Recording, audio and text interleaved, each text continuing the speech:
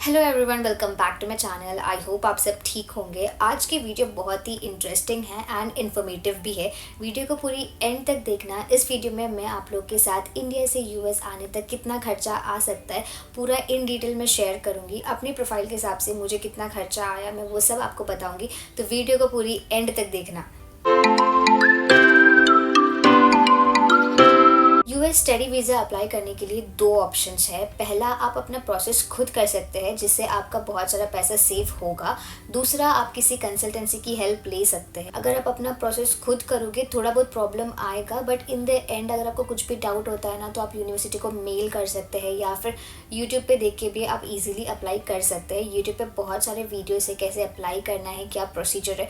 बहुत ही simple procedure होता है। फिर भी अगर आपको कुछ रिस्क नहीं लेना है तो आप कंसल्टेंसी की हेल्प ले सकते हैं, बट हर एक कंसल्टेंसी का अपना अलग अलग प्रोसेसिंग फ़ीस हो। जैसे मैं हैदराबाद से हूँ तो मैंने प्रोसेस स्टार्ट करने से पहले मैंने 2 से 4 कंसल्टेंसीज में गई थी। वहाँ पे मैंने देखा तो वहाँ पे कैसे होता है ना, वेरी करता है। सारे कंसल्टेंसीज का प्रोसेसिंग फ़ीस डिफरेंट होता है। हैदराबाद में नॉर्मली 5,000 से 30,000 तक उनकी प्रोसेसिंग फ़ीस होती है। डिपेंड करता है कंसल्टेंसी टू कंसल्टेंसी कि वो लोग आपको क्या क्या उसमें करके देंगे। ये आपके ऊपर डिपेंड करता है कि आपको प्रोसेस कैसे करना है, खुद करना है या फिर कंसल्टेंसी के through.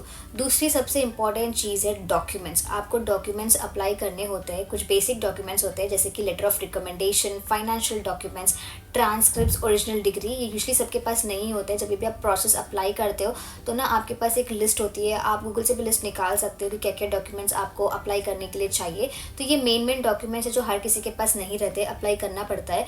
Letter of recommendation, original degree, transcripts and financial documents. Financial documents अगर आपके पास खुद के फंड्स है तो आप वहाँ पे अपना कॉस्ट कट कर सकते हो, वरना आपको कोई फाइनेंशियल एडवाइज़र के थ्रू ये सब करना पड़ता है। वो लोग आपके अकाउंट में पैसे डालेंगे, वो लोग कुछ चार्ज करेंगे, तो उसका भी रेट होता है depending on the percentage. Market में बहुत सारे फाइनेंसर्स रहते हैं जो आपको एक अच्छा रेट दे सकते हैं, तो वो आपको चेक करना होगा कि कहाँ पे आपको बेस्ट प्राइस मिल रहा है, उसके अकॉर्डिंगली आप डील कर सकते हैं। मैंने अपने फंड्स खुद ही अरेंज किए थे तो मुझे इसका कोई चार्ज नहीं लगा। एंड दूसरा, जो भी डॉक्यूमेंट्स मैंने अप्लाई किए थे उसका डॉक्यूमेंट्स का मुझे 4,000 रुपीज़ हो गया था। ये मेरा पहला खर्चा था। अब सारे डॉक्यूमेंट्स मेरे पास रेडी थे एंड अब नेक्स्ट स्टेप था इंग्लिश टेस्ट, जो कि डिओलिंगो, आईएल्स एंड जीआरई। इसमें सबसे बड़ी गलती मैंने ये की थी कि मैंने यूनिवर्सिटीज़ के रिक्वायरमेंट नहीं चेक किए। मुझे लगा था कि डिओलिंगो मतलब हर यूनिवर्सिटी एक्सेप्ट करती है, तो मैंने भी जल्दबाजी में डिओलिंगो दे दिया था। उसके मुझे 4,000 रुपये लगे थे एग्ज़ाम के। और एग्ज़ाम मतलब दूसरे एग्ज़ाम से कंपेयर करेंगे तो थोड़ा ईजी है, आप आराम से क्रैक कर सकते। बट जैसे जैसे मैंने प्रोसेस स्टार्ट किया मुझे धीरे धीरे मालूम पड़ा कि तेलंगाना ओवरसीज स्कॉलरशिप भी होती है जिसका रिक्वायरमेंट था आईएल्स एंड जीआरई। वो लोग डिओलिंगो कंसिडर नहीं कर रहे थे, तो फिर से मैंने आईएल्स एंड जीआरई दिया। आईएल्स का मुझे 16,250 के कुछ आसपास था एंड जीआरई का 22,000 चेंज था। तो ये मेरा थर्ड कॉस्ट है एग्ज़ाम का। मतलब मैंने जल्दबाजी में दिया, इसलिए मैंने डिओलिंगो, आईएल्स एंड जीआरई ये सब 3 भी मैंने दिए। तो यहाँ पे आप अपने रिक्वायरमेंट के हिसाब से कॉस्ट कट कर सकते हैं। जो गलती मैंने की है वो गलती आप रिपीट मत करना। जब भी आप एग्ज़ाम लिखने का प्लान करते हो ना तो मेक श्योर कि आप सारे रिक्वायरमेंट चेक कर लो। अगर आप कोई भी स्कॉलरशिप अप्लाई करते हो तो उनके सारे रिक्वायरमेंट्स ना गूगल पे होते हैं, आप वो चेक कर लेना। अगर आप सारे रिक्वायरमेंट्स मैच करते हो तब आप आईएल्स और जीआरई लिखना, वरना आप डिओलिंगो लिख के भी अप्लाई कर सकते हैं। यहाँ तक मुझे खर्चा आया 43,500। अगर आप सिर्फ डिओलिंगो एग्ज़ाम देते हैं तो आपको शायद ही 10,000 तक का ही खर्चा आएगा। तो वो आप अपने अकॉर्डिंगली डिसाइड कर लेना कि आपको कौन सा एग्ज़ाम देना है जो आपको बेटर सूट करेगा। अब आता है एप्लीकेशंस अप्लाई करना। अगर आप खुद करोगे तो यहाँ पे आप अपनी प्रोसेसिंग फ़ीस सेव करोगे। अगर आप कंसल्टेंसी के थ्रू करोगे तो हर कंसल्टेंसी का डिफरेंट प्रोसेसिंग फ़ीस होता है, ठीक है। अभी जैसे मैंने 5 कॉलेजेस में अप्लाई किए थे, एक का मैंने एप्लीकेशन फ़ीस भरा था, बट जैसे मैंने ग्रुप्स में ज्वाइन किया टेलीग्राम पे, व्हाट्सएप पे, तो मुझे ये पता चला कि एप्लीकेशन फ़ी वेवर भी होते हैं। बहुत सारे कॉलेजेस खुद एप्लीकेशन फ़ी वेवर देते हैं एंड दूसरों को मतलब आपको मेल करके पूछना होता है कि वो लोग आपको एप्लीकेशन फ़ी वेव करेंगे या नहीं। इफ़ नॉट, जो भी ग्रुप्स में आप ज्वाइन करोगे टेलीग्राम या व्हाट्सएप पे, उसमें एक बार चेक कर लेना कि किसी के पास एप्लीकेशन वेवर है, जिससे आप थोड़े बहुत पैसे सेव कर लोगे। अगर आप कंसल्टेंसी के थ्रू कर रहे हो तो कंसल्टेंसीज आपको ये सब नहीं बताएगी, वो लोग आपको इसके लिए भी चार्ज करेंगे। तो जब भी आप प्रोसेस कंसल्टेंसी के थ्रू करो या खुद करो, मेक श्योर करना कि कहीं पे भी आप ये कॉस्ट कट कर सकते हो क्या, कि बहुत सारी जगह पे एप्लीकेशन वेवर फ़ी होता है जिसका यूज़ करके आप ये कॉस्ट कट कर सकते हैं। तो मैंने सिर्फ एक ही कॉलेज की एप्लीकेशन फ़ीस पे की थी, बाकी का मैंने वेवर कोड लगाया था जिससे मेरा थोड़ा बहुत पैसा सेव हो गया। तो इसको मिला के मुझे हो गया था पूरा 45,000। यहाँ तक अप्लाई करने तक मुझे 45,000 हो गए थे। एप्लीकेशंस डालने के बाद मुझे एक्सेप्टेंस आ गया था। अब बारी है I-20। यहाँ पे यूनिवर्सिटी टू यूनिवर्सिटी डिपेंड करता है। कुछ यूनिवर्सिटीज़ आपको इनिशियल डिपॉजिट मांगती है I-20 इशू करने के लिए, कुछ यूनिवर्सिटीज़ आपको I-20 इशू कर देती है, बट वीज़ा आने के बाद आपको इनिशियल डिपॉजिट पे करना होता है। मेरे सिनारियो में मुझे I-20 के लिए $2,000 पे करना था, तो यहाँ पे मैंने 1,63,000 कुछ पे किया था। तो एप्लीकेशन, डॉक्यूमेंट्स और I-20 का मिला के मुझे पूरा 2,10,000 हो गया था। अब मेरे पास सारे डॉक्यूमेंट्स रेडी थे, एक्सेप्टेंस, I-20। अब बारी आती है वीज़ा इंटरव्यू। वीज़ा इंटरव्यू के लिए आपको 2 इम्पॉर्टेंट खर्चे आएंगे। पहला है वीज़ा फ़ी चालान, जो मैंने 12,800 पे किया था। दूसरा है सर्विस फ़ी, जो 30,000 की रहेगी। तो ये 2 मिला के आपको 42,000 से 45,000 का खर्चा आराम से आ जाएगा।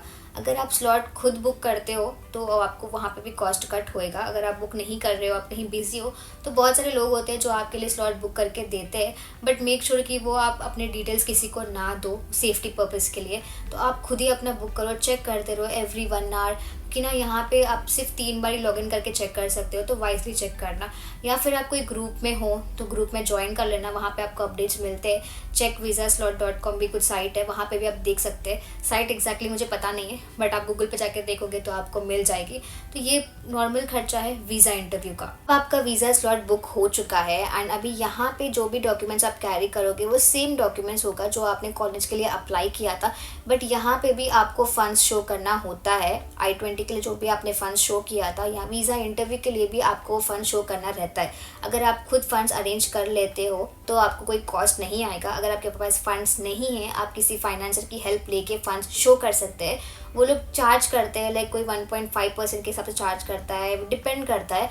तो आप एक बार चेक कर लेना, जहाँ पे आपको कम रेट मिलता है आप उसको ऑप्ट कर सकते हैं। यहाँ तक मुझे खर्चा आया 2,53,000 सारा, डॉक्यूमेंट्स, आपका एप्लीकेशन फीसेस जो भी होता है और आपका वीज़ा फ़ी, सर्विस फ़ी, ये सब मिला के मुझे 2,53,000 हो गया था। मैंने ना सब कुछ, जब भी मैंने प्रोसेस स्टार्ट किया था तो मैंने सारा सब कुछ ये बुक में नोट करके रखा था कि मैंने कहाँ पे कितने पैसे लगाए, जिससे ना सारा प्रोसेस जब आपका ख़त्म होता है तो आपको आइडिया आता है कि आपका पैसा कहाँ पे गया है।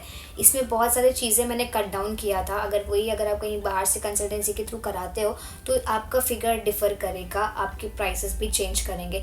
ये मैंने अपनी प्रोफाइल के हिसाब से किया है। अगर इससे ना थोड़ा बहुत आपको अंदाज़ा मिल जाएगा कि वीज़ा आने तक कितना खर्चा आएगा। इसमें फ़ीस इंक्लूडेड नहीं है। नेक्स्ट स्टेप होता है इम्यूनाइजेशन फॉर्म। आपको मेडिकल फॉर्म फिल करना होता है, उसमें सारा लिस्ट होता है कि आपको कौन से मेडिकल रिक्वायरमेंट होता है, या फिर आपको इसमें मेन चीज़ ये है TB टेस्ट है, ब्लड टेस्ट है एंड कुछ वैक्सीन्स होते हैं।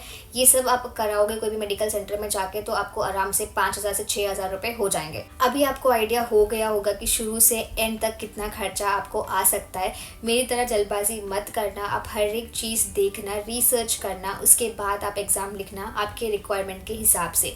दूसरी चीज़ ये है कि ना, अगर आपको समझ पे नहीं आता है कि कौन सी कॉलेज में अप्लाई करना है, कौन सा कोर्स अप्लाई करना है, आप कंसल्टेंसीज विजिट करो। 2-3 नहीं, कितने कंसल्टेंसी से आप जा सकते हो उतने कंसल्टेंसी से आप जाओ। कहीं पे भी आप जाओगे ना, सब अलग अलग आपको इन्फॉर्मेशन देते हैं। वो इन्फॉर्मेशन कलेक्ट करो, चेक करो, फिर आप अपने हिसाब से लिस्ट देखो कि वो लोग जो भी आपको रिफ़र करते हैं यूनिवर्सिटीज़, आप चेक करो कि अगर आपका रिक्वायरमेंट में फ़िट होता है नहीं है, उसके बाद आप डिसीजन लेना। कहीं भी ब्लाइंडली कोई भी कंसल्टेंसी से अपना प्रोसेस मत करना। अगर आप कंसल्टेंसी के थ्रू प्रोसेस भी करते हो तो हर एक स्टेप खुद चेक करो कि वो लोग कैसे अप्लाई कर रहे हैं, क्योंकि इंटरव्यू में जब भी आप जाते हो तो अगर आप कुछ ऐसे क्वेश्चन पूछते हैं जो आपको नहीं पता, प्रोसेस के रिलेटेड अगर उसने कुछ पूछ लिया जो आपको नहीं पता, तो ये कुछ प्रॉब्लम्स क्रिएट कर सकता है। तो मेक श्योर प्रोसेस आप खुद करो या कंसल्टेंसी के थ्रू, हर एक स्टेप आप खुद भी देखो, जिससे आपको आइडिया आएगा कि कहाँ पे आपका पैसा लग रहा है, कहाँ पे आप सेव कर सकते हैं। अगर आपको वीडियो अच्छी लगे तो मेरे चैनल को सब्सक्राइब करना मत भूलना, जिससे थोड़ी बहुत मोटिवेशन मुझे भी मिल जाएगी। एंड मैं मिलूंगी आपको अगले वीडियो में।